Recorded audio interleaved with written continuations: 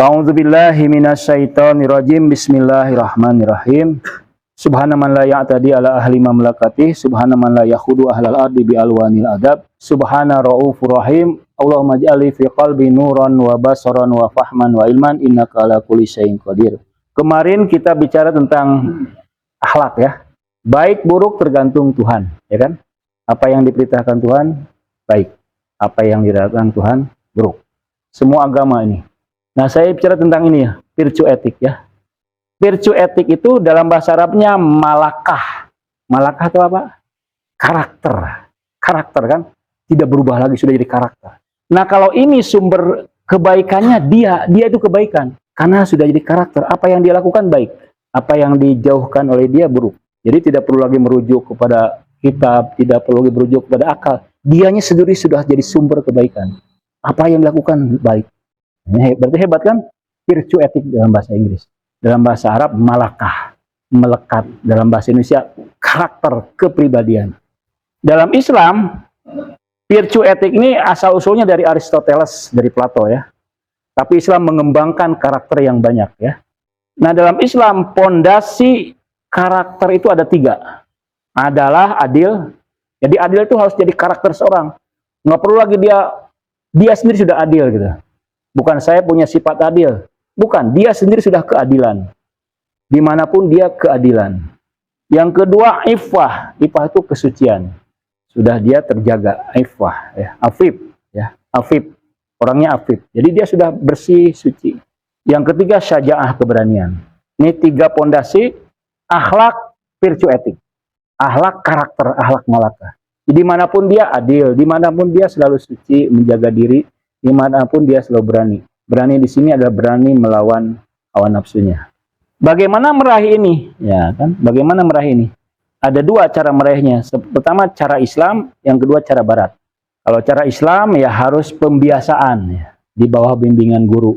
Ada banyak syaratnya kan? Banyak lah dalam Islam, banyak banget. Bagaimana membentuk akhlak menjadi karakter, menjadi kepribadian, menjadi malakah, menjadi virtue. Di dalam Islam ada. Karena Islam menerima semua kan? Itu kelebihan Islam, keistimewaan Islam itu semuanya ada. Nah, salah satunya yaitu how-nya pun diajarkan dalam Islam. Anda lihat akan baca di kitab-kitab akhlak itu dibahas tentang bagaimana akhlak itu menjadi karakter kita, menjadi kepribadian kita, sehingga menjadi tidak perlu lagi belajar ya. Otomatis jujur otomatis, rajin otomatis ya. Amanah otomatis, karena sudah jadi kepribadian.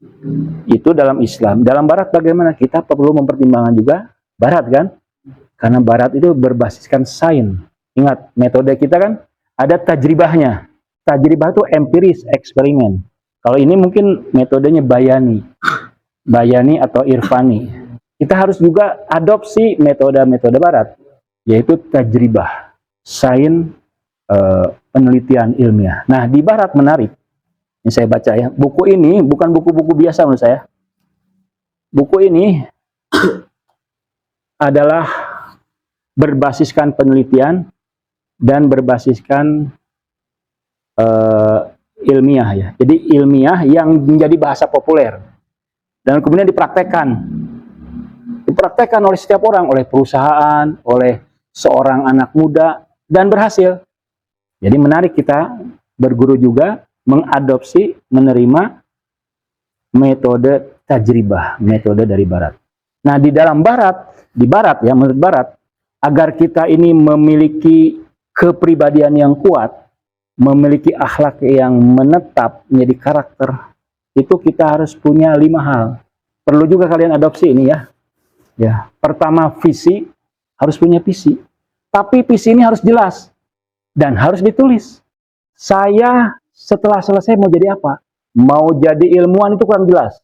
Mau menjadi mufasir yang sanggup menafsirkan 500 ayat dengan tafsiran Al-Maroghi, Al-Manar, Al-Amsal, tafsir Misbah. Itu kan jelas ya. Detail. Nah, mimpi kalian harus gitu ya. Visi. Saya ingin jadi seorang ahli filsafat, itu masih apa? Belum jelas. Jadi harus detail. Saya menjadi seorang ahli usuluddin atau ahli filsafat, yang memahami teori-teori filsafat dan kalam misalnya Mula Sadra atau kalamnya Al-Maturidi atau kalamnya Asy'ari atau kalamnya Ghazali, berikut argumentasinya detail ya. Visi kalian harus seperti itu. Tuliskan, dituliskan itu. Kemarin saya diskusi dengan Ali Isbah. Jadi beliau ini punya kebiasaan menuliskan ya. Dan ternyata terlaksana. Saya kemarin juga ya menuliskan visi itu. Dituliskan. Seperti melihat visi itu. Setahun lagi saya harus menguasai bahasa Inggris dalam percakapan dan dalam memahami textbook. Textbook apa? Harus jelas juga ya. Textbook filsafat. Filsafat apa? Filsafat peripatetik. Clear, itu jelas. Dalam setahun saya harus menguasai bahasa Arab. Dalam percakapan, dalam pemahaman, dan dalam membaca kitab. Kitab apa? Tafsir. Misalnya tafsir apa? Tafsir Jalalain misalnya. Harus sampai detail ya. Aduh, ini kayak saya menina bobokan ya, enggak ya? Enggak ya, enggak. Membuat beliau mengantuk ya. Katanya kalau mau tidur hadirlah di khutbah Jumat ya. Nah itu langsung ya. Yang sebelumnya tidak ngantuk menjadi ngantuk. Visi yang pertama. Yang kedua perencanaan. Jadi setiap minggu harus punya rencana. Itu 90% tercapai. Di dalam penelitian nih ada anak-anak pengusaha yang selalu melaporkan rencana per minggu kepada ayahnya. Pebisnis juga. Ya, setiap minggu saya ini, minggu ini Senin saya ingin memasarkan ini. Saya ingin bertemu dengan 5 pembeli di kota ini, alamatnya ini, detail itu. Dan betul ditemui. Besok saya ingin menjual 5 item barang, disebutkan barangnya. Dalam seminggu ini saya harus mendapatkan uang 1 juta, disebutkan detail 1 jutanya. Kedua perencanaan kan, tuliskan. Yang ketiga pengendalian proses. Nah, ya. Jadi pengendalian proses itu, pengendalian proses terdiri dari serangkaian sarana dan kegiatan yang menyejajarkan tindakan harian dengan tindakan krusial dalam perencanaan Anda. Anda punya tujuan mingguan, hariannya apa? Anda punya tujuan tahunan, hariannya apa? Disebutkan juga istirahatnya. Pasti kalian perkirakan kan? 2 jam membaca capek ya. Istirahat 10 menit kan. Belajar capek. Sebutkan istirahatnya juga. Visi itu harus sesuai dengan hobi kalian, passion kalian, waktu kalian, keluarga kalian. Kemudian pengukuran ya. Pengukuran. Pengukuran menggerakkan proses. Ia adalah jangka realitas.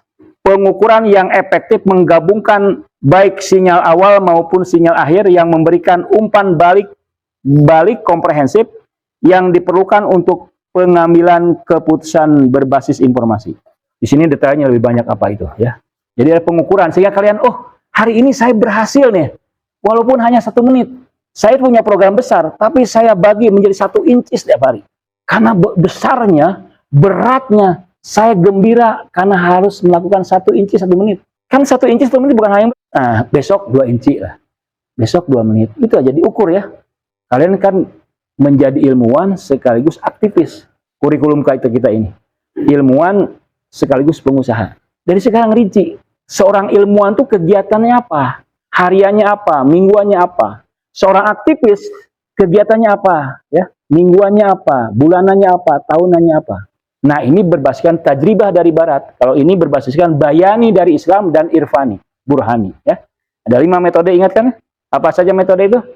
Bayani, teks Al-Quran dan hadis. 2 Islami. 2 apa? Tajribi. Tajribi itu sains ya.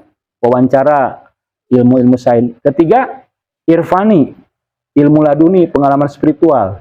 4 tarihi, ada sejarahnya, ada historisnya, ada asbabul wurudnya. 5 apa? 5 apa ya? Burhani ahsan. Burhani itu rasionalitas. Dengan metode burhani kalian bisa bicara dengan siapapun. Kalau dengan bayani dengan umat Islam aja yang memahami, yang menerima Quran hadis kan. Tapi dengan orang Barat nggak bisa Anda bicara pakai hadis. Apa dalilnya Tuhan satu, qul huwallahu ahad? Orang Barat tidak menerima. Harus pakai burhani itu. Nah burhani itu akhi ini sedang belajar nih. Siapa namanya? Aweng. Nama lengkapnya apa? Aspawan. Beliau saya lihat tadi baca buku yang bagus. Dr. Nuruddin apa? Ustadz Nuruddin. Itu juga guru saya. Saya sering mendengarkannya di YouTube. Masih muda, lulusan Al-Azhar, cerdas. Kalian punya guru yang cerdas yang masih muda, Nuruddin, Ustadz Nuruddin. Nulis bukunya itu bestseller, tentang logika. Kalian patut baca itu. Ustadz Nuruddin, Dr. Nuruddin, masih muda. Kalian lihat di YouTube ya, cari channelnya officialnya beliau. Bagus itu, logikanya bagus. Andri bagus tuh Andri ya. Dan yang terakhir, penggunaan waktu. Ya, nanti kita belajar pelan-pelan ya, bagaimana menuliskan ya. Supaya kalian tuh kita efektif ya. Kalau tidak dituliskan nanti tidak jelas kan. Akhirnya melakukan A lagi. Nah, ini mudah-mudahan ya kita bicara tentang virtue etik. Nanti kita akan bicara estetik ya. Kan ini nilai itu etika, ada lagi estetik. Mudah-mudahan bisa bermanfaat. Wassalamualaikum warahmatullahi wabarakatuh. Waalaikumsalam warahmatullahi wabarakatuh.